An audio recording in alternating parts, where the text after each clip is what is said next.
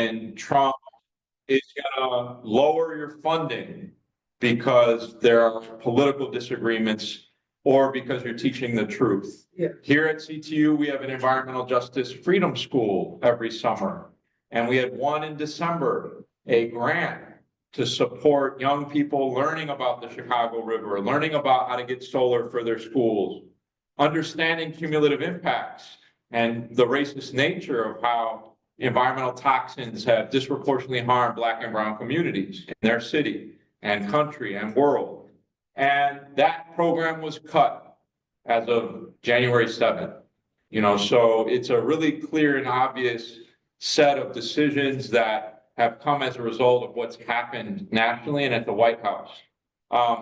We are also very concerned about when DC turns its attention to public education in America, that it will have drastic harms imposed on countless children, the vast majority who attend public schools in this country. So for instance, just take the recent pen signing executive orders that Trump has engaged in. We see 11,000 workers in Patco in the 80s were locked out and crushed in that union struggle by Reagan. Pales in comparison to what's happened over just the last 2 weeks, where nearly 2 million federal workers have been told you don't have a union anymore. It's prohibited. So we're up against quite considerable threats, but we've got people power to contend with them, don't we? The billionaire class ain't got nothing on us. There's a few of them, there's many of us. So I want to encourage people, May 1st is coming. There's a huge growing table here in Chicago and nationwide. You're gonna hear more about this as our movement grows to resist, but also defend, protect, and advance our collective interests. Thank you for being here today. Very important conversation. Thank you to Jobs with Justice for holding it. Thank you, Jackson, and thank you for hosting us here at the Chicago Teachers Union headquarters. And man, today's a busy day at CTU. You see what's going on, and it's been a busy few weeks here at CTU. So thank you again, and thanks for accommodating us. And thanks to the Chicago Federation of Labor.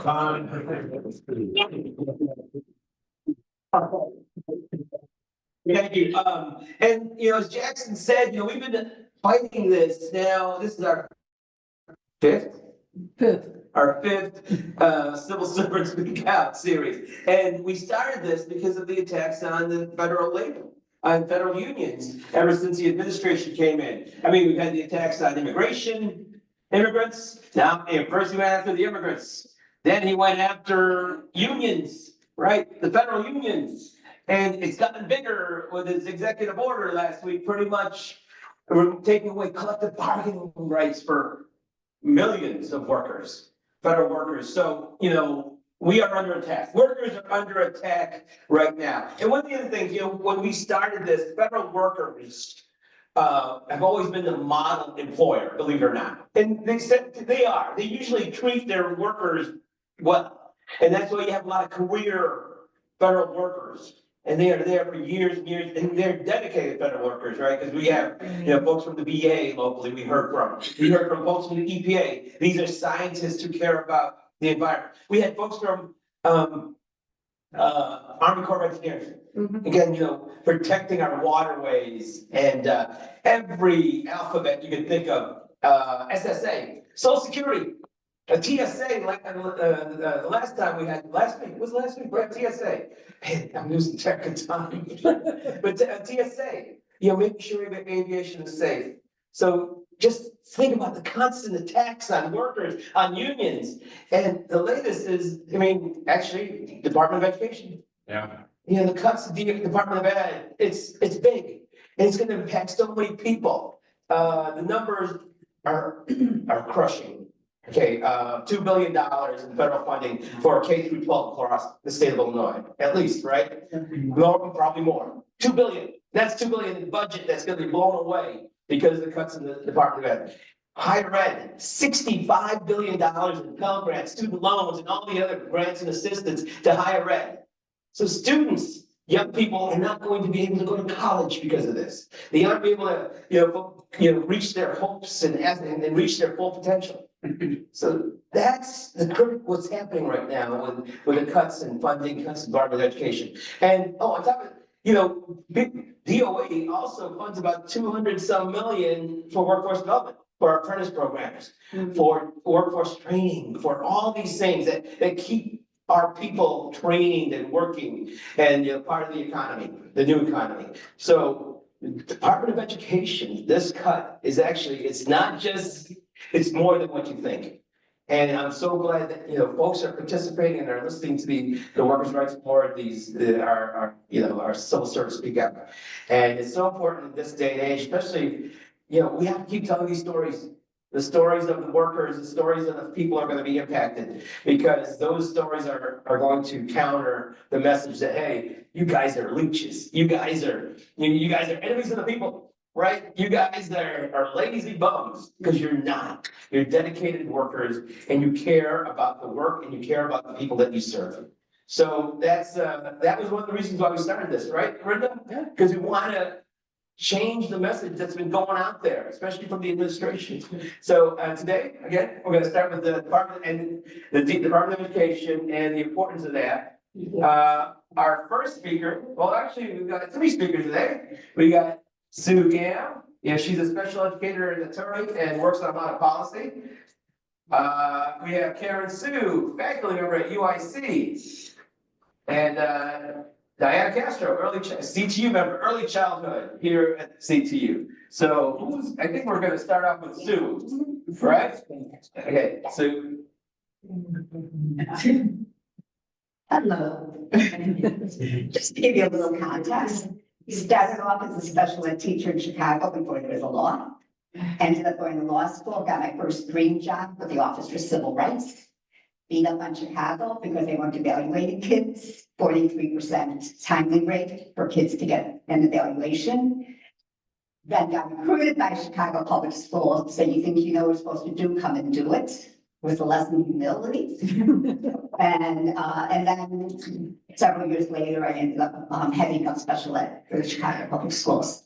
For the last 20 years, I've been reviewing system-wide reviews in school districts across the country. I've done about 80 reviews, talking to thousands of focus groups, learning what's going well and the horrible challenges that school staff and kids are facing. So I'll just say my entire life has been DEI. I never knew those initials existed before all this stuff went on.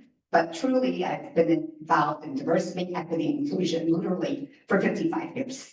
And I'm here because I made the mistake of telling a friend that I was going to an education legislative conference in DC. And I was asked then to present what I learned, so I had to learn it. So there's a lot of information. I'm using closed captions so that you can follow along. And I'm going to do this quickly to give everybody else a chance to speak so you can hear about what the impact really is about the horrible things that are going on. Move over a little bit. So the. Zoom. Oh, then I'll sit down. Does this work? Is that better, Joe? I'm also sitting. Okay. Okay. So what are we going to talk about? You'll see there's a lot of things that I wish I could say that one of these areas was good, but I can't. So the first is about dismantling the education department, my old home, the Office for Civil Rights, the federal budget that's impacting education, Medicaid, yes, school-based Medicaid, where there's gazillions of dollars at risk for kids, school meals, vouchers and choice, and then immigration and how that actually impacts schools, students, parents, and teachers and staff. So first, the overriding thing, uncertainty. Nobody can say exactly what's going to happen. There's lawsuits every day. Nobody knows for sure what the cuts are going to be, or we just know it's not good. So we're going to talk about the size of the cuts, the reversals that have started, and then the long-term impacts. So dismantling the education department. And of course, OCR is part of the education department. I started when it was HEW. Only Congress, by law, and I have that sort of in quotes, can shut down the education department, theoretically. There's a belief by people I know who know much more than me that the votes are not fair. But apparently there's a fear that the Republicans are gonna threaten huge cuts to leverage more votes. So, and if that happens, what's the response? You'll see what those two big law firms did, right? When they were threatened with big funding losses, they caved. So, what will Congress do? If threatened to be, well, if you don't shut it down, then maybe we won't cut so much. And if you trust that, there is a belief that IDEA funds might be at about the same level, but as I'm going to show you, it's not quite so certain. And the belief that it's going to transfer over to Health and Human Services. But if it doesn't dismantle, will they do it without a vote? Will they do it before a vote? Who knows, right? And even if it transfers over, the question then becomes, these people know what they're doing in Washington. The Office of Special Education Programs is filled with really people who've been there and who know the program and know what they're doing. Those people don't go over and they're substituted by people who don't know jack anything. What does that mean? So the executive order, thou shalt cuts. $900 million was cut from the Institute of Education Sciences, otherwise known as IES. I use their data all the time in reports that I do. They do achievement data, the nation's report card, and they've been collecting this data since 1969. And there's actually data for Chicago Public Schools that there's about 20 districts through the Council of Great City Schools where the district achievement scores are actually posted. 300 million has been cut teacher training because right. 8 Democratic states appealed. Democratic state. The Attorney General in 8 blue states appealed. It was reversed in Boston, but it's going to go to the Supremes. English language acquisition. I just found this out the other day as I was preparing this. Shut down the office. They shut down the office. Theoretically, it went to what's called the Office of Elementary and Secondary Education, but they cut people. And let me tell you, this area is as complicated. The compliance rules for English learners is almost as complicated as special ed. And very few people know both, which I am not one of. I pretend I know, but I really don't. And that office does policy, it administers funds. There's a national clearinghouse for English language acquisition. I mean, what can I say? No information about where, there's nothing that I could find online or anywhere about where OESE, elementary and secondary education, would go if the Department of Ed was shut down. They talk about special ed going over to HHS, nothing about elementary and secondary education, which makes me believe, because it's all going to be block granted.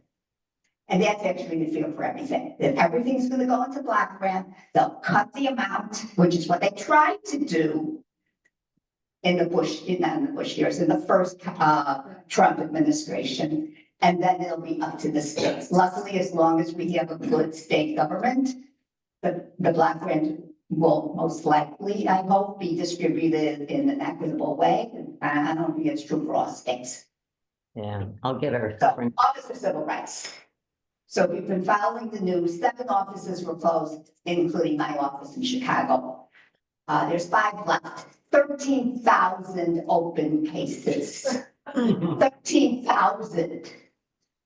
6,800 or so in the offices that were closed. Lawsuits are pending. That's the map. Red is what was closed. Look at that. Look at that. Now, in the day and up until 2 weeks ago, investigators would go out to schools, get the complaints, talk to people, issue their findings, et cetera, et cetera. Well, I don't know how that's going to be done with this and with these caseloads that these people are going to have. And it's all in the name of diversity, equity, and inclusion, right? OCR has jurisdiction over Title VI, Title IX, and Section 504. That's all DEI, right? That's it. Yet, at least as far as I know, the law requires there to be written findings having to go to administrative law judge, which we actually did in Chicago when they were not negotiating with us to settle the case around the untimely evaluations. We went to a law judge, and the first sentence of his decision was special ed perversity in Chicago because it was so bad. And only then can you ask an administrative law judge to terminate funds. So this personally is driving me nuts in terms of how this is happening. So as you all know, they've terminated these grants all over the place for K-12 post-secondary, and lawsuits are being filed all over. So look at this. I found this online in one of the articles it was written about OCR. So I was hired in 1979, which is right before that 1980, right? And I was hired because it was a nationwide class action that OCR was not investigating and making findings in a timely manner. 12 lawyers were hired in Chicago. I was one of them. And look at that. We had 1,149 staff people across the country. Go to 2024. It's down to 550 staff people. And look at the difference in complaints. I just learned this. I had no idea. Everybody I know are all gone. They're all retired. So we had in my day about 3,500 open cases, which made sense. I mean, people had, 4, 5, 6 complaints each that they were investigating. 2024, 22,700 open cases. No way. And this is before the cuts. This is before the cuts. Half are cut. And it breaks my heart. So what is OCR worried about now? And there's more spaghetti. These are the ones you finish tonight. If you want the spaghetti, there is some. Kind of issues that OCR. Now we're getting to the camera the right way. In the past, and they actually froze investigations. Perfectly. They opened up a case against Chicago. No complaint, they just decided to open up the case. Deerfield had a case that somebody filed and against the state board of ed and around restrooms. As far as I know, nobody is forced to change, in a room that they don't want to change. As far as I know, all districts have a process for privacy if it's requested. It's just baloney. Illinois and Chicago Human Rights Organization all have guidance or bills in this area to protect against gender discrimination. I never put this up. So this is acting OCR Assistant Secretary. Architects of Title IX have understood that males and females, especially minors, have a right to be free from compelled exposure to their bodies or from emerging in intimate activities like changing their clothes in the locker room in front of the opposite sex. I'm sorry, Title IX was passed in the 70s. In the 70s. I read that first regulation when I started in 79 and it was relatively new. Nobody was talking about this kind of stuff in those days. It's ridiculous. There was, I gotta put this up too, 2020 Supreme Court decision, 6-3, in favor of a plaintiff in a Title VII employment case who was fired, I think, because she played on a gay softball team or something or other. Neil Gorsuch, what did he say? It is impossible to discriminate against a person for being homosexual or transgender without discriminating against an individual based on sex. We'll see what he says when this comes up to him. 4 school districts in North Carolina, Durham, Guilford, Charlotte, and Wake, refused to back down on their policy. So what happened in North Carolina? Bad things are happening in North Carolina. They were the only 4 districts not to get a discretionary grant from the state. There's real money that they're using as pressure points. And now what's OCR, spending its time doing anti-Semitism investigations, which has nothing to do with anti-Semitism. You all know the issue, I'm not gonna say anything more. federal budget. CPS gets 15% of its budget from the feds. So it's about 1.3 billion out of 8.4 billion. That's a lot of money. It's a lot of money. When I was with OCR, the feds were about to terminate their magnet school funds because they hadn't settled our case. $5 million, and they finally came to the table to settle. So 1.3 billion is a lot of money. And it's true, our debt is climbing and climbing and climbing. In 2019, it was 1 trillion. 25 it's 1.9 trillion is projected. In 10 years, 2.7 trillion. And it's going to go higher if these 2017 tax cuts are extended. And there's no additional revenue or cuts. So this is what it's all about. It's about extending those tax cuts and what has to take its place to supplement those cuts. So there's a continuing resolution now. You know, we're operating until the end of September. And so that, I think that should be September 25, excuse my typo. In the continuing resolution, there were 21 education programs that had no individual entitlement next to the program. It just was blank. So, and that includes IDEA in Title II, which is professional development, all the federal money from professional development. So that will be bundled, almost like a block grant, it'll be bundled in one sum, that then it can be apportioned any way that whoever is in charge of this wants, because there's no individual amount of money next to these 21 educational programs. If anybody afterwards wants to see what they are, I'd be more than happy to show you.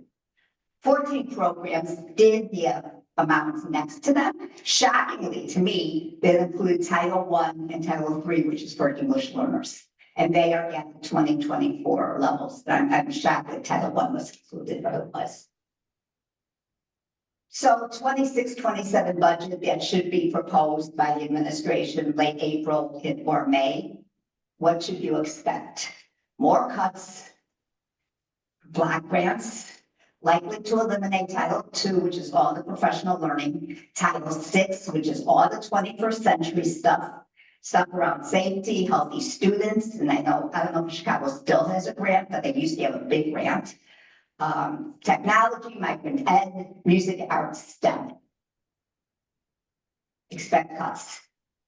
Now, there's the 1974 Congressional Empowerment Control Act. It was put into place after Nixon tried to eliminate all the congressionally authorized grants. So that's in place, right? Which is that you cannot cut a congressional authorization unless you go back to Congress, right? Trump thinks the law is unconstitutional. And this will go to the Supreme Court.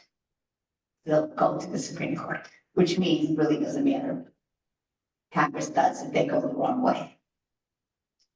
I can't always understand her. She's away from the mic. Or memory, I should say. I learned at this conference, there were no bipartisan conversations about the budget for the first time in memory. And in fact, at this conference, there's usually staff people from both the majority, minority, House and Senate that in a very collegial way talk about what's going on. That didn't happen this time. Budget reconciliation bill. Yeah, Sue, you might want to speak. Okay, yeah. So this is the bill, House and Senate, two different resolutions. They have to pass a unified bill. And so they need to raise the debt level. This is the debt level bill, like Obama. Think about that. And they need to, if they raise the debt level, they have to cut spending. And once the administration is going to look for border security, mass deportation, and defense spending. Medicaid and vouchers and school meals. Medicaid is lots of money goes to the Medicaid. They proposed 500 billion the first time. The House bill is proposing $880 billion in cuts. CPS receives $100 million Disgusting. in Medicaid for school-based Medicaid. Who cares about the poor and their health? Because Medicaid is not capped to parents, there's no charge to them when the school districts get reimbursement. If they limit the family benefits, it's no longer free. So that's something to really watch. If they cap benefits, if they put in work requirements, fewer eligible kids, and they're gonna need to, if it goes to the states, they're gonna have to figure out how to live within their Medicaid budget, and stuff is gonna go. Meals, House budget cut by, the House budget resolution cut it by $9 billion with two changes. Right now, they use what's called school community eligibility, where a school can feed the whole school if 25% of the school receives another federal benefit. They would increase to 60% of the school, and they're going to require family verification 100%, so your kid doesn't get fed unless it's verified. And it's likely to reduce, obviously, the number of kids who get school meals. Educational choice. Oh, this is really scary. 100% tax credit if you donate to a nonprofit organization. And they estimate about 10 billion in tax credits are going to be authorized.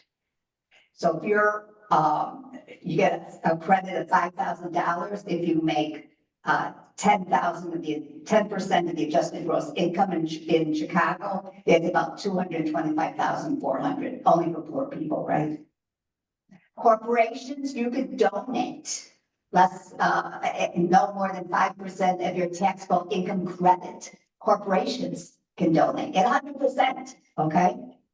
And you could donate your corporate stock to avoid capital gains.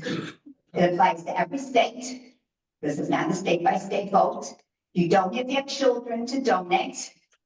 It reduces revenue. If you get one of these scholarships, you have no right to special education. By the way, this always loses state referendums. Why? Because rural areas don't get private schools. And there has been bipartisan support. Education, freedom, and opportunity for families is another one. Would increase federal funding for choice, and how they do it through incentives. And so they're writing guidance now to the states about how to incentivize choice. Prioritize choice discretionary grants. HHS is supposed to write guidance for private and faith-based options for child care development grants. There's the executive order, by the way, is using failing public schools. And let me tell you, folks, our achievement rate for kids is not great. It's not great. So this is all expected in his budget proposal. Immigration, this is the last slide I have. And as I said, huge impact on schools. So this is really scary, if I didn't scare you enough. So there's a 1975 case that gave undocumented kids the right to attend public education. This is now under attack. Five states have bills for a requirement that there be proof of citizenship or legal immigration for kids to either attend school or pay tuition. And that's New Jersey, Tennessee, Oklahoma, Indiana, and Texas. These are pending bills. Temporary protective status. So this is where there were 17 countries that had protective status, and now it was terminated for Venezuela, Haiti, Cuba surprised me a little bit because of South Miami, Nicaragua, El Salvador, and now there's potential deportations if you came here with this protection today, tomorrow, whoever, and there's other countries that could join them. Unaccompanied minors. So there's an ICE memo that targets children missing court hearings. DACA. Right now, a Fifth Circuit decision, they call DACA unlawful. Basically, it's limited to Texas, but again, it's going to go to the Supremes. And what's the impact on school districts? You know, a lot of the school districts that at the conference I was at talked about how they are getting the information out to families, getting information to their front offices in schools, how not to let, ICE agents in, but they're lurking in the neighborhood. So it's a lot of uncertainty and a lot of fear. And we're not gonna go for, because there's other people, maybe there's time. Yeah, afterwards, yeah. there will be, following the panel, we will open the floor, not just for questions, but also for your stories. So there will be that opportunity. I know this is a lot. Okay.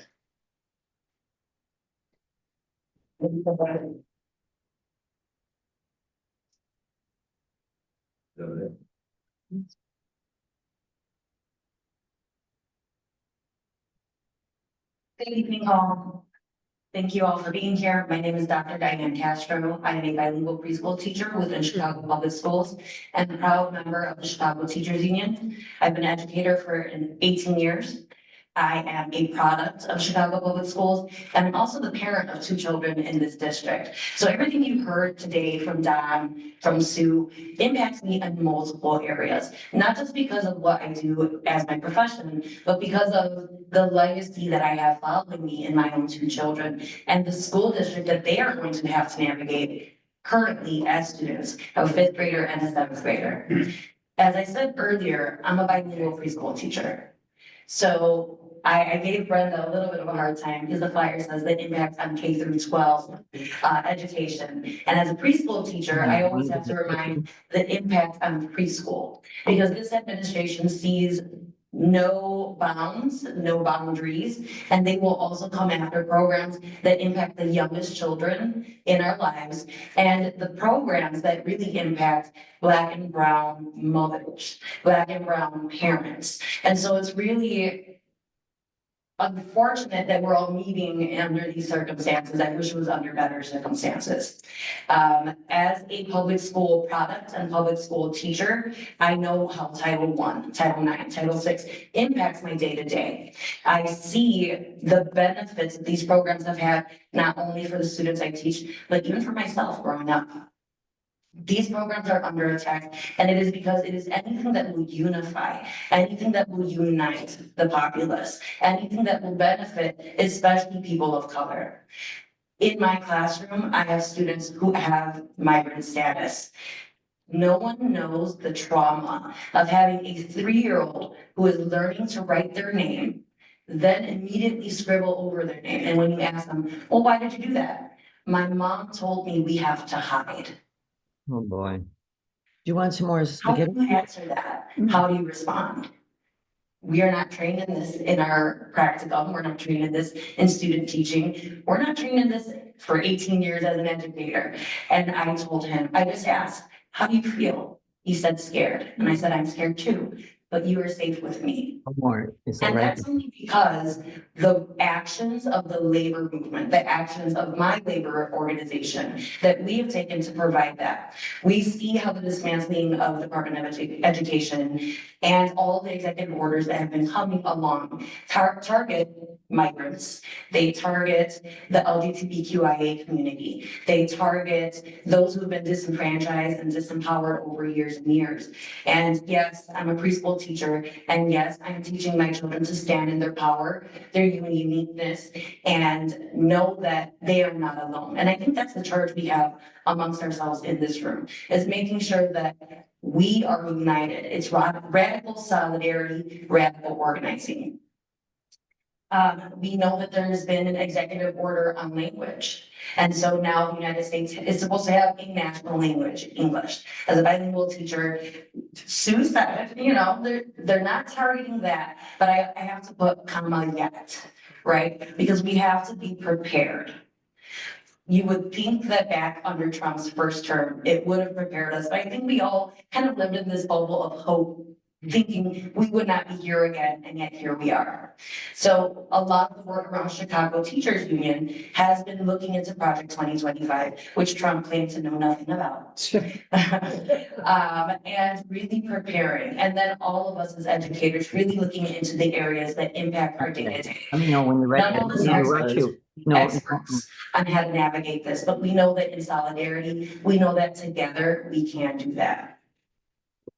I just want to double check my notes.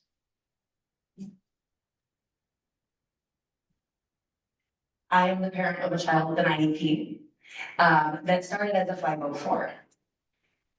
We fought tooth and nail to get my child the services he needs, because we knew that as an educator, gave me that easy background to advocate for him, but that's not the case for every parent. We need IDEA, we need advocates for special education, because even myself with my education background, I found myself at a loss when it's my own child. How do you advocate for your own child? And that's what some of these legislations are in place to do. It gives us the power, it gives us layman's terms to really be able to go in and support our students, support our own children, support our families. And then, as I said, as an early childhood educator, when I read through Project 2025, I saw Head Start funding. And I just thought, what in the world? How do you go after Head Start? And so it really opens the conversation also around what does that mean? What does it mean for working families? What does it mean for public preschool versus programs like Head Start that receive more of the federal money? Sue spoke on block grants. Part of the funding to Chicago public school preschools come through block grants. And so you start to look into the asterisks, the footnotes, and what does this grant funding mean? Because yes, they can tell, well, it's going back to the state. How wonderful. And yet you have states such as Arizona that's got strong voucher bills. In Illinois, we were able to beat back the voucher. I'm very proud of that work because it's making sure that public money goes to public schools. In Wisconsin, just recently, there's a school district that says we can now deny students for open enrollment if they come with an IEP. I read that just this morning and I verified, double verified, and triple verified. Anymore. I'm sorry. And you can't go to OCR anymore. And you can't go to OCR. So what are the systems in place to protect these families? In one article from NBC, there was a dad who said he has 5 children and 3 have IEPs. The family will now be torn. And this is some of the problems that you have with privatization. You have this with move towards vouchers. So it all sounds like it could be ideal, and yet we know it actually opens the door for further discrimination, further othering of students that really make them feel like less than. So a lot of our work now, and a lot of the work within Chicago Teachers Union, has been around bargaining for the common good. And that is something that I'm extremely proud of as a laborer. It's to make sure that although the Department of Education may be dismantled and executive orders may be passed, that we have put systems in place, that we have prepared, that we have considered what this could look like so that 3-year-olds don't have to worry about scribbling out their names when they're in such early parts of their education, early parts of their development. And this is not something that is limited to 3rd graders. My child, the 7th grader with the IEP, he is very aware of what's going on. And the children come home to us and they ask, how do we move forward? It is really on us, the people, to come together, continue to practice radical solidarity, continue to consider the impacts and be prepared. I think a lot of the reason that I'm able to sit here today and speak to you all is because of the preparation, because of the legwork we've done beforehand, preparing ourselves for a fascist regime, because that's where we're at right now. And so we will continue to be doing this work. We have some guardrails and protections around us in Illinois, as Sue said, because of the politicians we have in place. That's not the case in Indiana, which is our close neighbor.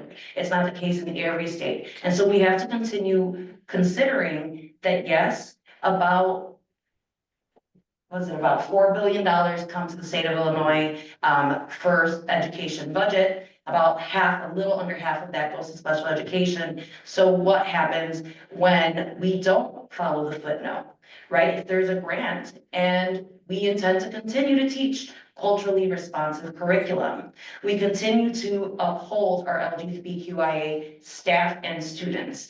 And so there's a lot of planning that goes into place. There's a lot of collaboration that goes into place. And right now I'm very excited by the radical solidarity that we're seeing in this moment. Amen. Thank you.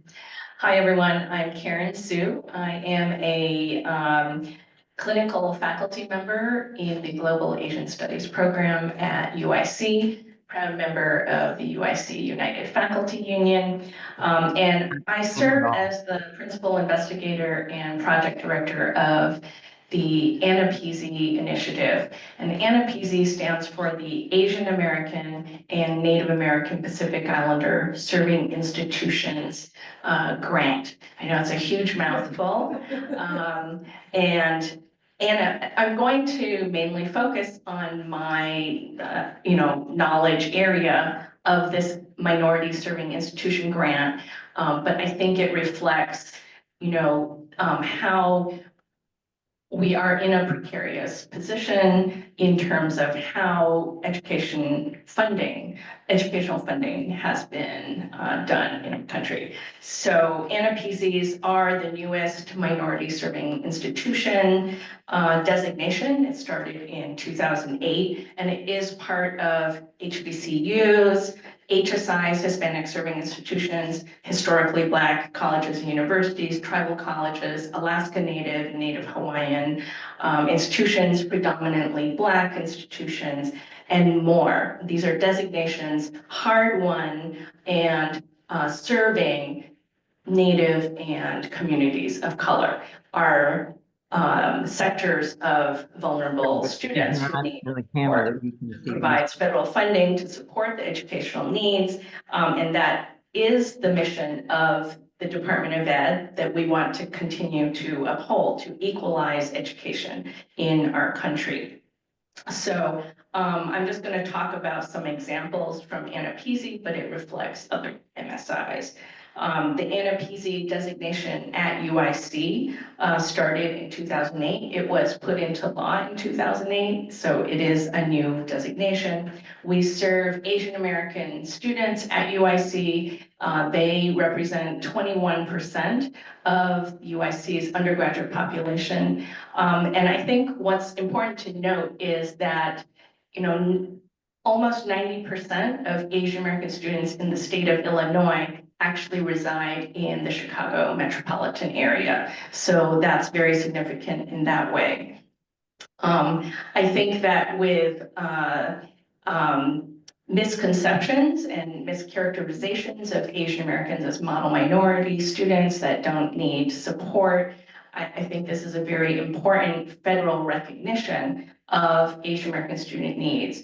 And unfortunately, in terms of Asian and Pacific Islanders being yoked together, it continues to marginalize Pacific Islander student needs within this umbrella group. Many Asian American and Pacific Islander students face obstacles similar to Black, Native, and Latino students. And so that's why these federal designations have been important. And just to give you an idea of what it's allowed us to do at UIC, it's Title III Strengthening Institution Grant, which means the grants are to seed programs that later the universities should continue. And we have been very successful in doing that at UIC from 2010 to 2015. We supported Asian American Resource and Cultural Center, which is a student center. We were able to start culturally responsive curriculum in the Global Asian Studies program. And most recently on our fourth grant, we have created an academic support unit called the Asian American Student Academics Program, or ASAP.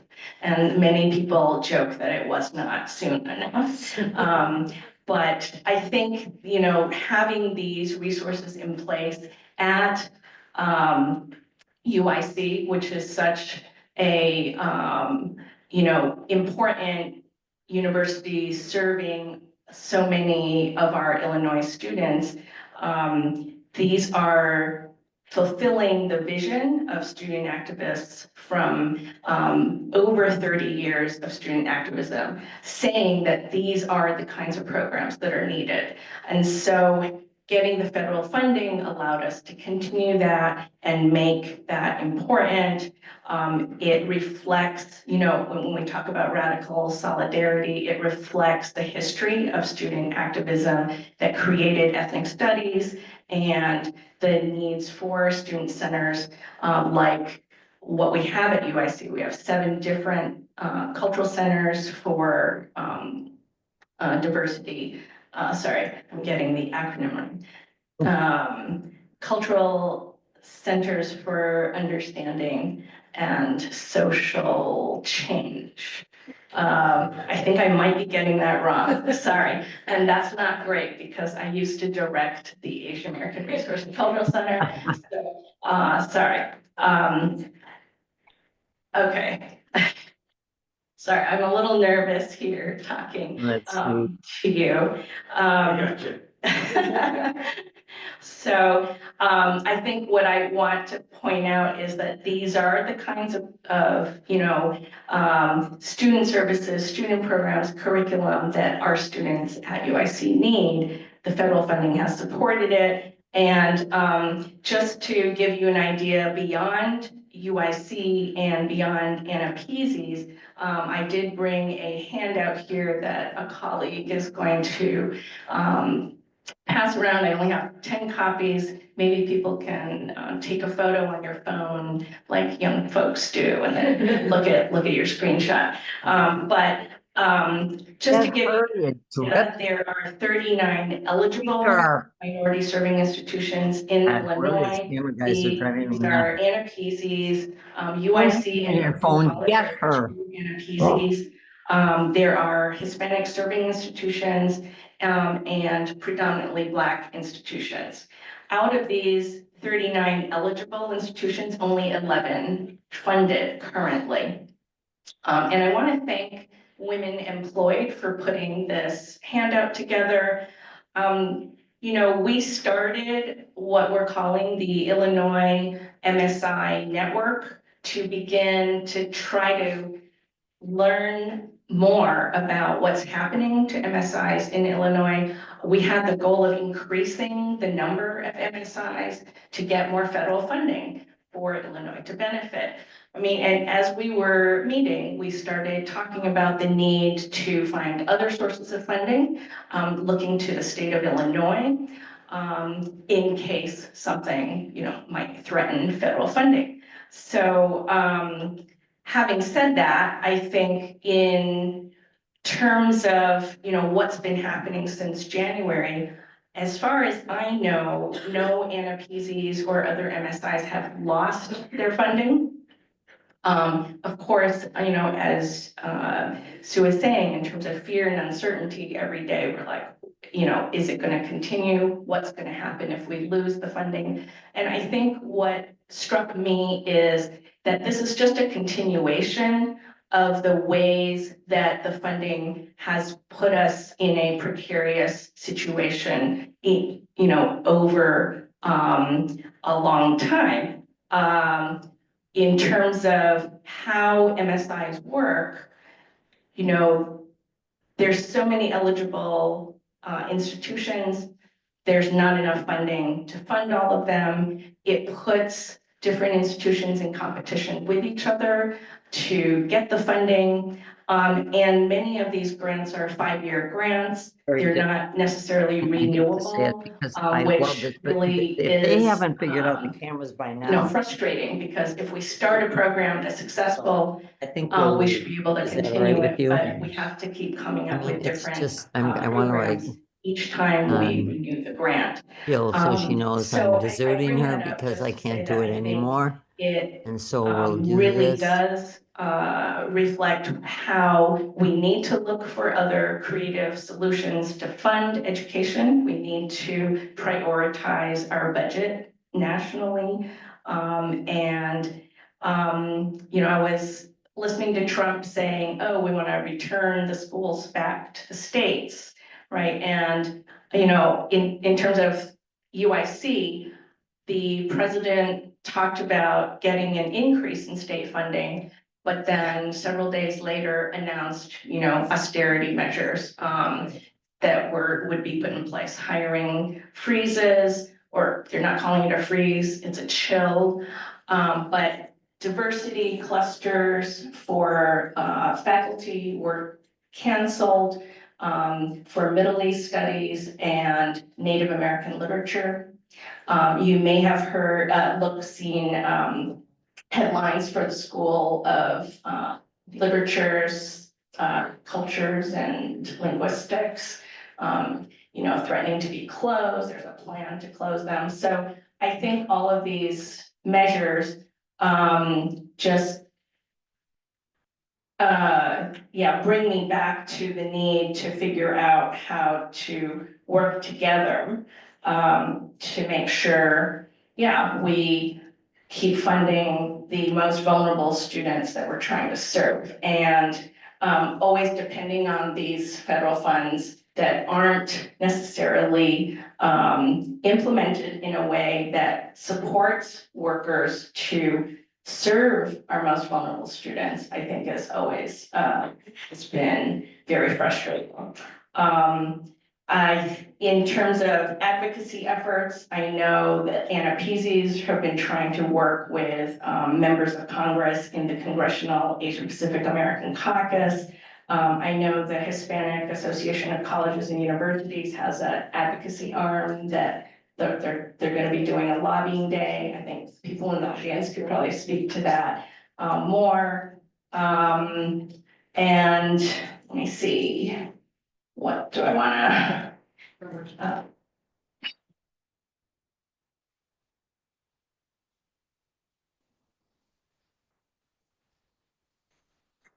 We'll wrap up. Messed up because of the overhead speakers. Is that- Oh. It's better now. It's better now? Okay. Okay. So I just wanted to end on something from the colleagues from the East Coast Anna Peasy Regional Network, where they say the power to build the futures for our students is at risk. Systemic and institutional barriers threaten to undermine the progress we have made. Federal funding policies shift unpredictably, and the lack of institutionalized support keeps programs in a constant state of precarity. And I hope I've given some picture of that precarity. Even when diversity is recognized, equity is not guaranteed. Funding structures for minority serving institutions remain inequitable, and competing interests among BIPOC, working class, and queer student populations force difficult choices instead of shared progress. And one example within the minority serving institutions is that a certain category of Title III Part A grants, a school cannot hold two simultaneously. So many schools that are actually dually designated as HSIs and NFPCs have to choose one or the other. And so we have been working to try to change that. It has to be changed through legislation, but, not sure what's going to happen in terms of the Department of Ed. So I guess, I just want to say, I really agree. Radical solidarity. We have to work together and not in competition with each other, because the futures of our students are really on the line. Thanks. I was talking to some of the folks at LAS and the reduction and the elimination of some of the classes, right, these schools. And I would imagine these cuts in funding could probably exacerbate that. How do your colleagues feel? How are they feeling? Well, I haven't been involved directly in those efforts, but I am in the College of Liberal Arts and Sciences. I do know many people who are very upset, specifically on not being consulted on how to address, these funding cuts. If there is if that's needed, how can faculty work together with the university to see what would be the best plan? So I think they're still working on that. They're trying to propose an alternative plan, and they did win some time to do that. And maybe other people in the audience know a little bit more about what's happening with that, but I really do support them. And in terms of like languages, it's important not to cut languages. And we're looking at some language requirements possibly being cut. And I think something that's concerning me and a lot of other colleagues is like some proposed new courses and programs focusing on AI and media. So I don't know. I think we need to keep it human. We got Yeah. keep the teacher, human teacher. Teachers and students. Teachers yes, human. Human, yeah. All right, We gotta care for each other as humans. this is the time when we open the floor for conversation. I would encourage you to tell your stories if you have been affected by cuts to the Department of Education. And of course, you can ask questions of the panelists, but we're really Just give interested. it to her. We're really interested in hearing from you. Yes. Go ahead. Yeah. Hi, so I'm here as a parent, I'm not a teacher, but at first I want to thank all the teachers and all of you guys that care for our sons and daughters, because you do make a difference, especially for immigrant families. And I am a proud mother of two young boys from that they identify themselves from the LGBT community. And I'm very proud of them, but it wasn't easy to advocate for their rights. And thank you. And growing up, it was very difficult for me to understand how to advocate for my son that has ADHD. And it was thanks to the support of the teachers, they guided me through the process to obtain an IEP and a 504. And I always believe, right, that in this world we found the 80% of people that support you and 20% that they make it everything difficult. And thank you for the 80% of that teachers helped me to obtain the 504 for my son. And it wasn't easy, sometimes that 20% they see you like a problematic parent. And that they can stand you, while you're still there trying to advocate for what is right for your children or for your child. But after the 504 was approved, I saw the difference in my son. He graduated from high school being the 10%, better grade in his high school, and it was thanks to, obtaining the 504 for him, and all the teachers, they advocated for him. After high school, he joined the U.S. Marine, and I'm very proud of him for doing that, but I believe that my sons are proud of the Chicago public school teachers. They advocated for him, and they guided me in that process. And just adding a little bit of what you mentioned about the immigrant families, my concern is what they're going through right now.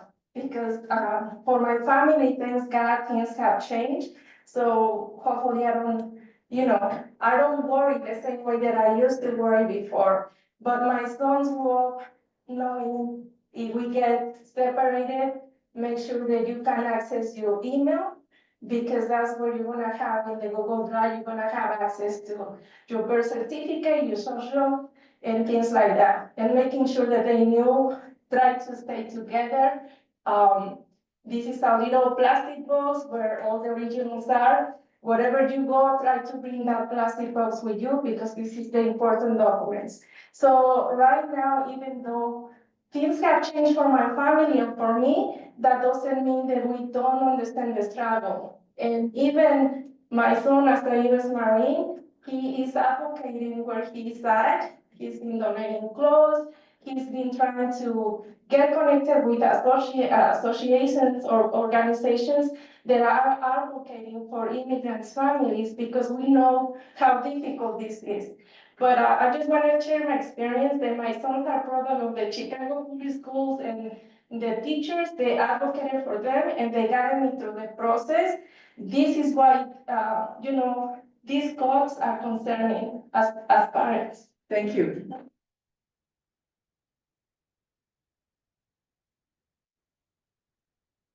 Others?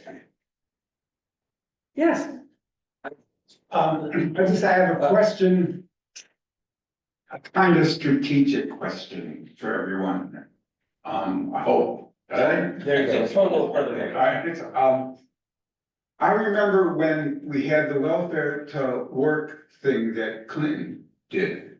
And what I remember out of this, and this is relevant, was that we had these bad social network. We didn't really have a good one. And when Clinton went after it, instead of coming out and saying, we should improve it, we defended something and we lost. It's clear we have lots of problems in our educational system to start with.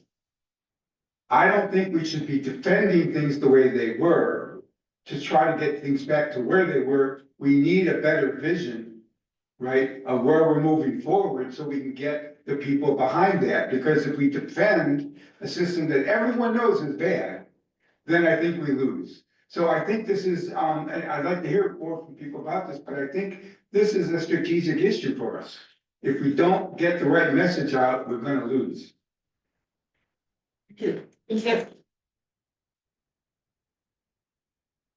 others?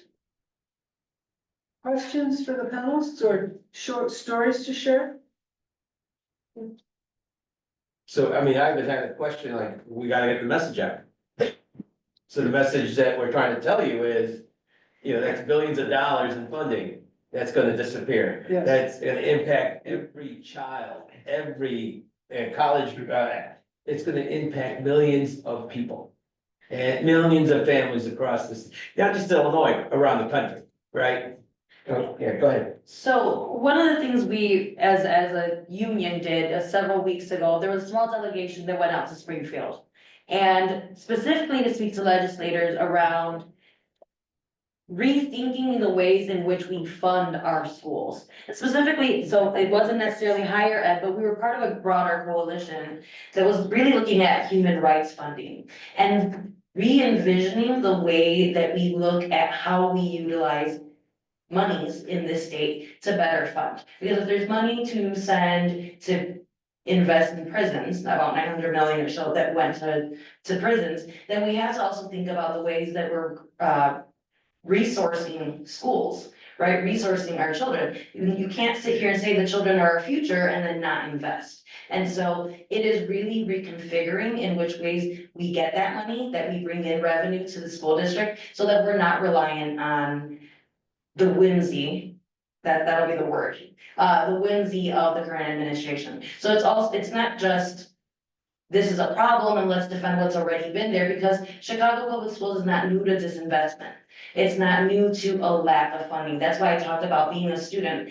I grew up in this system. I knew my school was under-resourced as a child. When we were fighting for toilet paper as first and second graders, the first and second grade children were advocating for it. My mom jokes that that's where I got my background in organizing. Hey, and as an early childhood teacher, toileting is still an issue that we are advocating for. And so it's really becoming, thoughtful about how we're doing it, because we know the systems of before didn't work for us. We were making it work. We shouldn't have to make it work anymore. Now we have to demand that the system works for us because we put in the work for the system.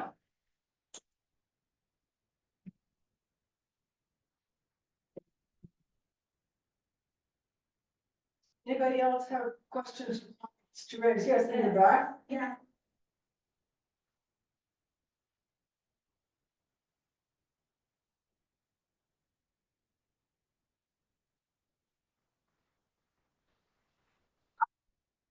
Like, as parents, right? Our biggest question is how can we collaborate? Because everybody there, it's a union itself. There's not a union for a parent, right? And so we're here because we will come and take this information and take it back home and share it with the rest of our parents. But I know already the questions that they're gonna be asking. Then what? We get this information, but then what? How are we gonna work? Besides protesting, besides going to Springfield, besides, talking to our legislators, what next? Great questions. It's awesome. Awesome. It's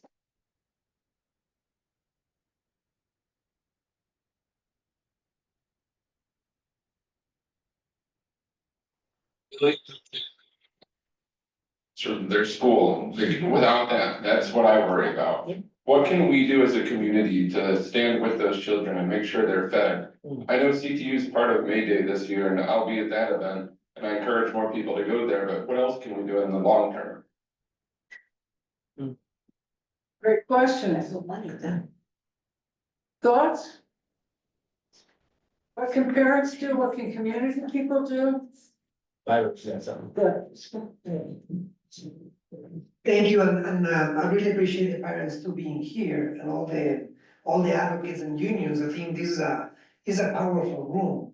I think from the side of the elected officials, I think it comes out with solutions at this point. If we have no solutions, I was just talking to my wife, who's an employee of the federal government. The apathy and the demoralization of people is very real. They're kidding, I mean, the 2025 plan, in other words, they do have a plan. Fascists have a plan. Yeah. The problem is working people, we haven't have a plan. And I tell you, and I don't know, nobody get offended, but billionaires are not going to come and help us. I don't care if the Democrats, I don't care if the Republicans. Billionaires do not see the world the same way that we look at it. So we gotta come out to the point that we gotta be honest with ourselves. This is a moment where Head Start programs are being undermined. It was bad as it was. Now we're gonna face even a bigger challenge. So this is a moment, I think labor, community groups, maybe is the beginning, I hope, of a reconstruction, of a rebuilding, because our systems in place have been poorly representing the needs of our communities. And I think there has to be a reckoning. The racism, discrimination, and all the layers of it. To me, I think this is a call also of action. At the state level, we do not tax rich people. We just do not. We do not tax corporations. We do not tax those who actually have the ability to contribute. That is the bottom line. So, and the representatives in Springfield or in government, wherever they are not going to hear us unless we mobilize in those spaces. There's a reason why we have a legislative in Springfield. Imagine we have the same legislative body here in Illinois, in the city of Chicago. So I do think that is a critical moment to mobilize. And at this I speak for myself, right? We have Mexican residents right now here in our community who are living under terror, right? And I don't care if people go and say, we mean well, we wanna help you, right? I'm yet to hear from the state of Illinois how we're gonna fully fund our schools. That's just as simple as that. We have a proposal that was voted by the majority of Illinoisans here in the state to tax the rich. Yeah. Over almost 80% of people say yes. Why they don't act, for God's sake? All the public dollars at this point are gonna be critical. I'm talking about poverty and violence that the Republicans want to instill in cities like ours.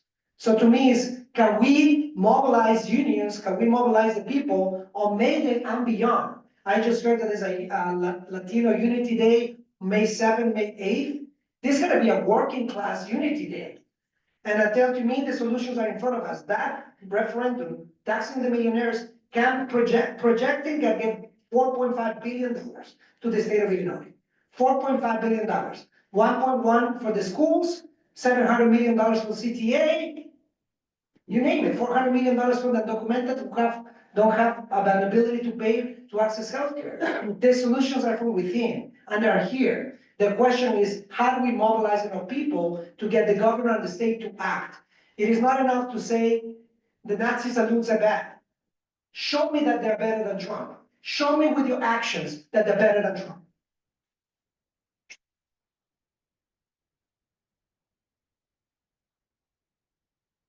Yeah. Sure. Yes, I saw a hand in the back. Oh, Peter. Yeah, my question is, currently, are there any,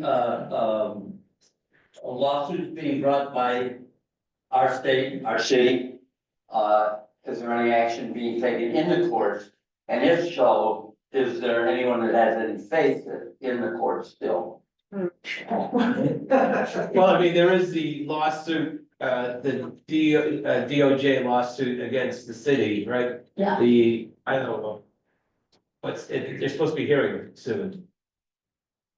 Yeah. Yeah, I mean, the it's DOJ sanctuary cities lawsuit. Right, it's against the governor, against the county, against the mayor Brandon Johnson, and against the city of Chicago for being a sanctuary city and promoting illegal. We call them your neighbors, we call them immigrants, migrants, our families, our neighbors, they call them aliens, and we don't accept that. So there's an attempt to get into all our political organizing to gut the movement, the immigration movement, and the labor unions supporting the mayor, the governor, sanctuary city. So it's a vicious lawsuit. I don't know, Don, the next hearing date, but we can. Yeah, the hearing's get it coming out up, to people, right? The first hearing in April. in April, next month. Joe, there was a lawsuit, Kwame Raoul, Kwame. yeah, Yeah. Kwame One of the joined blue 20, states. yeah, Yeah. 20 other attorney AGs. generals, to sue against the dismantling of the Department of Education. So this is already happening. Kwame Raoul, our attorney general, already signed on, along with those other 20 attorney generals. As far as faith in the courts, that's takes time and it's to be seen. However, again, as I said earlier, we happen to be in a state where there are some guardrails, we have politicians in place, so there are some systems. But what we heard Byron say, what we're hearing from our lovely parents in the back is the people are saying, how do we come together? I, by nature of my job, joined the Chicago Teachers Union day one. Yeah. I'm a mom, I'm a neighbor. I'm having these conversations with my neighbors, and of course, my partner's always like, oh, you don't talk politics. What am I repping, right? We talk politics. Because right now, we don't have a choice. We have to, right? I live on the northwest side of the city, an area that doesn't always agree with my inclinations. And yet, there isn't a single moment, a single instance where I cannot find agreement with someone else. And so sometimes it's just showing up. Yeah. You are here, you've done the first step. You're gonna go back to your networks and this will spread because it has to be powered by people. It has to be grassroots because they've done the work. They've organized. They had Project 2025 drafted and written before the election. They've done that work. It's our work now. We have to come together. We can't just grumble in our homes. We have to come together and talk. And then there are neighborhood associations. There are certain places where you can find coalition, but you also have to build coalition. And you did that already by being here tonight. That's right. I want to say that at all of the hearings we've held, there has been a tremendous sense of solidarity. And a tremendous sense of the importance of unifying. And I hope that you have signed the sign-in sheet, especially if you haven't been to one of these other hearings, because if you do, you will hear from us the future, what the future hearings will be, but also what actions are going on. So yes, we do have to express solidarity. I have a question on. Just one real quick thing I want to say, support your kids' teachers. Yes. So they're a very difficult place to work with now. I hear it every review I go on, the retention rate is never gonna keep up with the applicant rate. And shortages are an issue in every single urban district across this country. So please support those teachers and the aides. My daughter's an aide, support the aides and everybody who works in the schools. So we have questions from Zoom. Questions and comments? Okay, do you want the microphone? Okay. Diane, you could speak now if you're ready. Right. Yeah, I'm Diane. No, she's not muted. Yeah, I'm Diane. Okay, let's go. The audio working? Are you able to hear? It was working earlier. Yeah, Diane, do you want to try speaking one more time? are you able to hear? You can type out your comments and you got a question, you can read it. All right, yeah. Right? Sorry, Diane. What's your, any comments? All right. Uh, Diane, Jessica, if you'd like to try to speak. Yeah, Well, I have Jessica's comment. What's Jessica's comment? Is Is it Jessica? Kuhns? Is it possible for some of these speakers to come to PAC and LSC meeting? Interesting question, yeah. Could you repeat it, please? Yes. Is it possible, You can, is it possible that some of the speakers could go to attend PAC or LSC meetings? Thank you. Next. Well, I think that's the question for the speakers to answer. Yeah. yeah. It's a lot of. Oh, no, we wanna just, if you Invitations can come via CTU, and if there's Yes. capacity, then what's beautiful about LSCs is that we have CTU members who serve on LSCs. And if you reach out, we're pretty responsive here in the building also. Well, my watch says it's 7. Is there, I mean, we'll just go through the quick. Yes, Yeah, Oh, here we go. yeah. We started late, Brenda. I know we started late, but I also know, having taught for many, many years, that if you don't end class on time, it's not so good. Yes, do you have another?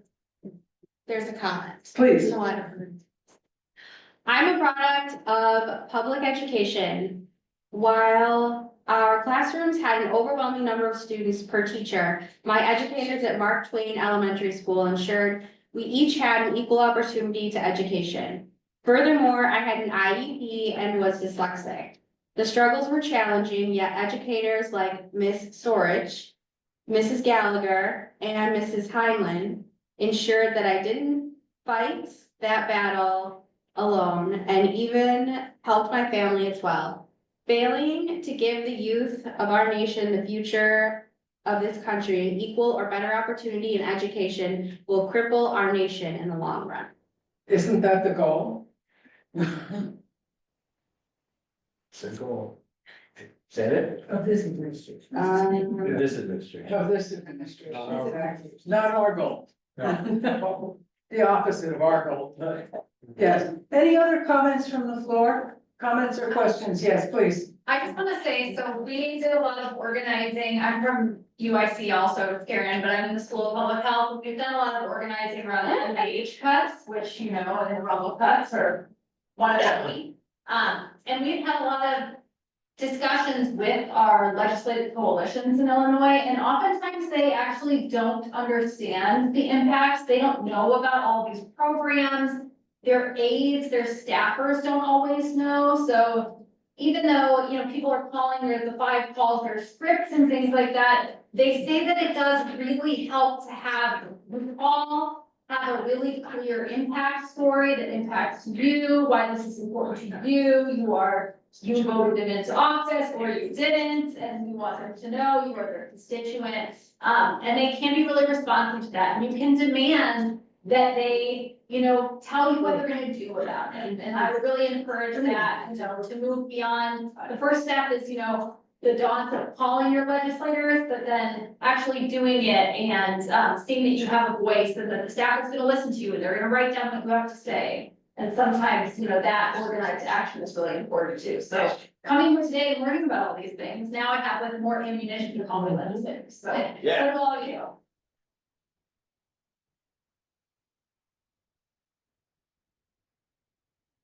You have another one, Jill?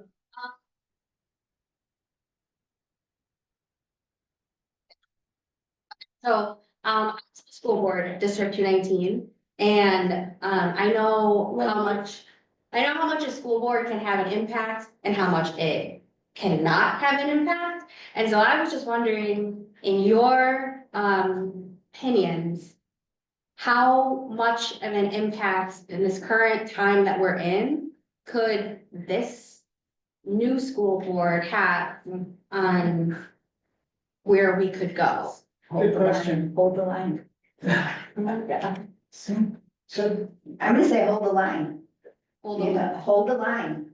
I mean, OCR is gonna be coming after it, Department of Justice might be coming after the school boards. I mean, I think we see the example of those 4 law firms, 2 fought back.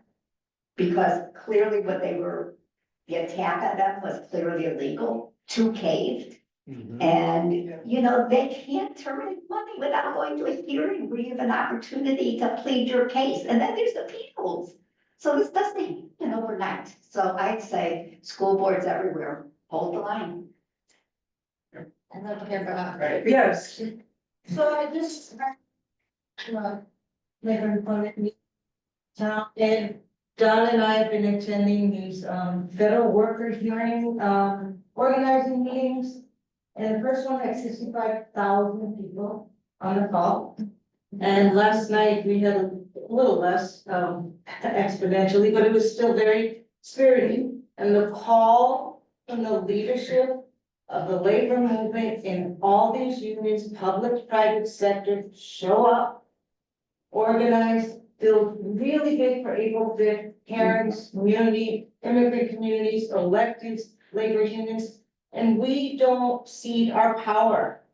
We have the power in any of these unions that have been declared illegal or busted, will continue to act as unions. At the DA, at the EPA, people will collect dues voluntarily, and this power will be built. So that is the message we ask.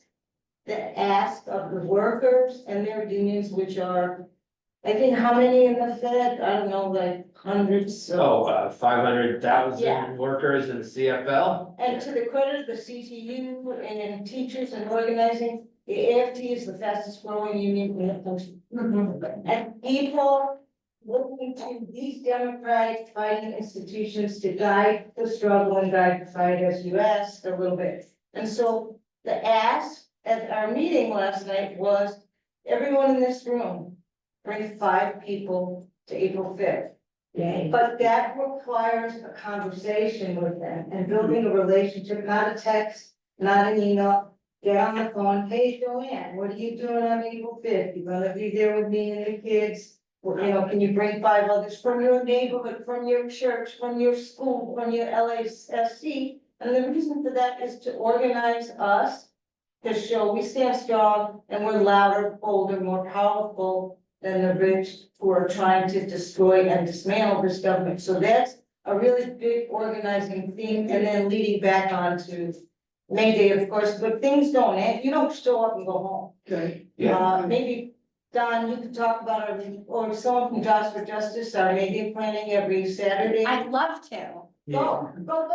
But first, can you answer? Go, About what? I would love to have. About the school About board, the school board. and specifically how we see what With the their. new structure of the school board and if there's any, how you see it working. So one of the things that we worked really hard for was legislation around having an elected school board. It's really exciting to see democracy in play because these are now elected officials. They're no longer appointed by the mayor. As elected officials, in the same way we've heard, we as citizens have the right to call upon them and make sure that our students' rights are still being upheld and that they're there to answer the call and hold the line, as Sue said. Don, did Oh, you know what, and just echoing on what Robin said, you know, I mean, Chicago, we're the epicenter, right? We were the epicenter of the attacks on immigration, right? And when the attacks on federal workers started, you know, we were one of the first ones out of the block to fight for workers. So the unions, the activists in the city, you're a shining example for the rest of the country. Right. You really are, believe it or not. Everywhere we go, when I'm on conversation, oh, you're from Chicago. Yeah, hell yeah, and they look at us as that shining city. I mean, we're getting attacked all the time, right? But at the end of the day, we're a city of empathy. We're a city that cares about people, cares about the marginalized, cares about the diversity. And I mentioned this the last time, I was having dinner at McCormick Place, and the National Association of Black Engineers, students were in town from all over the country. And they were so happy to be here. Because in the communities that they're from, they don't feel safe. They do not feel welcome. They do not feel encouraged or nurtured. But here in Chicago, despite all the bruises that we give each other, I think we are a place where, people, we're the example. So, and, what Robin said, we gotta come together, and actually, that's just it, what? We gotta tell our friends from being bystanders to upstanders. And like I mentioned the last time, I was at a bar, and I got everybody at the bar to come out to fight for the postal workers. They said, hold my beer, I'm gonna fight and save the post office. So that's what we need to do when we talk to people, strangers, like, hey, they're going after your child's education, going after this, they're going after that. What are you gonna do? You're gonna get off your stools and your couches and fight. And you're absolutely right, Robin. Thanks. Yeah. Oh, you want me to pitch the next one? Okay, our next, we're gonna be back next Monday, and we're gonna talk about, hopefully, the housing and urban development. Because again, housing, think about that. I mean, folks depend on HUD in this city, everywhere, right? Yeah. Probably one thing where people may find you to speak to, how we need to show up at city council meetings. I don't know if anyone watched the House McCarthy hearings against Mayor Johnson and 3 mayors of sanctuary cities. And now they're attacking universities, including here in town. It was vile. It was like, do you understand you're supporting aliens, criminals, pedophiles? Are you gonna end this? Are you gonna violate the law? We're asking that you be put in jail, Mayor Johnson, for standing up for immigrants. So one thing, Byron, maybe you could speak to, like, we need people at city council hearings and committees. Trump has MAGA people at his hearings. And we don't get to take that narrative where we can't see the ground, but we will if we don't show up. So I don't know what the protocol is to show up, Byron. You don't know which ones to show up. Yeah. It's like April 12th, I don't know when it is. No. I said about me, Which meetings be important months. I'm here. Well, I think June was gonna mention about May Day. Yeah. But it's important to show up to your point, is that they have a plan. Project 2025 is not 26, not 27, it's 25. Yeah. So we know what they're doing. When people start disappearing, it's not only the people that look like me, this can happen to anyone. So I do think that this is like federal employees, everything is under jeopardy. So I do think, like, and the issue is not the black progressive mayor of the city of Chicago. Come on, let's wake up. The issue of these billionaires in all shades and forms. And I can give you names, but we can talk about it later. But those are the people who are stealing the decision in our city. Those are the responsible. It's not only Elon Musk, but the people in Woodmet that have enough time to be planning their basements. Or what the Dr. Brown education should look like. What the kind of public transportation should look like. Do they even take the train? Do they even send kids to public education? Think about that. So this is the moment. Show up on May Day from the beginning. This is the beginning, not the end. This is just mobilizing to organize. So May Day here, 10 a.m. every Saturday. We should all be here. When a federal employee is at with the guy in the Department of Education, we should be there too. Everywhere we got a challenge. They are attacking or First Right amendments. That means that when we show up next time, we may also be the next ones who are in jail. Please, let's show up for each other. Yes. That's what solidarity is. Yeah.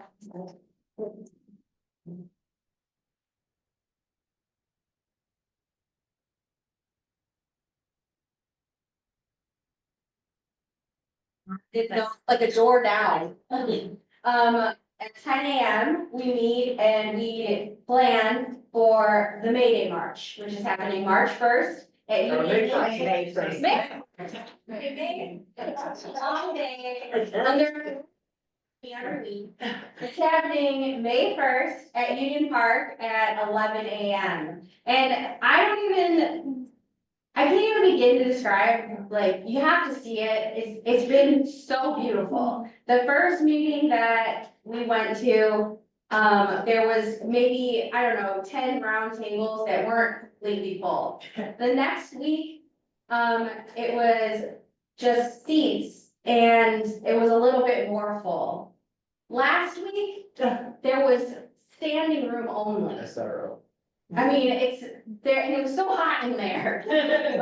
But there's no more, there's like barely space anymore for everybody, and it's not just Latinos, it's across the board. I mean, there's so many folks there, and there's so much joy in the room, and there's so much solidarity in the room, and everybody's there, and we're there for each other, and it's just this moment that's going to happen on May 1st, that's going to be beautiful, and everybody's welcome, and so please, be there, tell your people to be there. It's open to everybody. So every Saturday here at CTU, 10 a.m. Mila?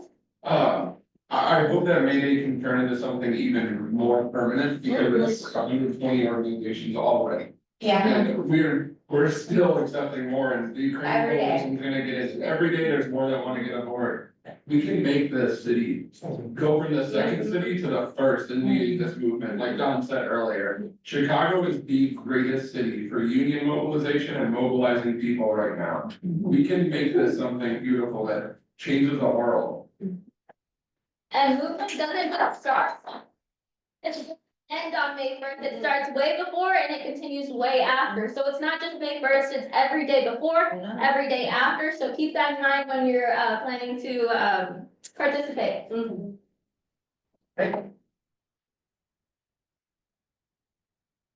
Yeah, I just wanted to say earlier, Don, you were saying the money's disappearing. And I'm like, it's still there, it's our money. And it sounds like, the people know what we should do with it to fund what really needs to be funded. So yeah, it's great to hear so many people coming together, and maybe with everything collapsing and being dismantled, we could come up with a newer and better way to fund, what we really need in our society. So. Thanks, Karen. All right, I'm gonna suggest that, at least in my case, I didn't have much of a good idea of what the federal agencies did until we started this series of hearings. And I heard from people who work in various federal agencies and how much their work is essential to all of us. So I would like to encourage you to come back again and again and again, as it doesn't seem like there's any opportunity for us to stop. Since they continue with the cuts. And we are grateful that you came tonight, and we hope that we will see you on Saturday for the very much.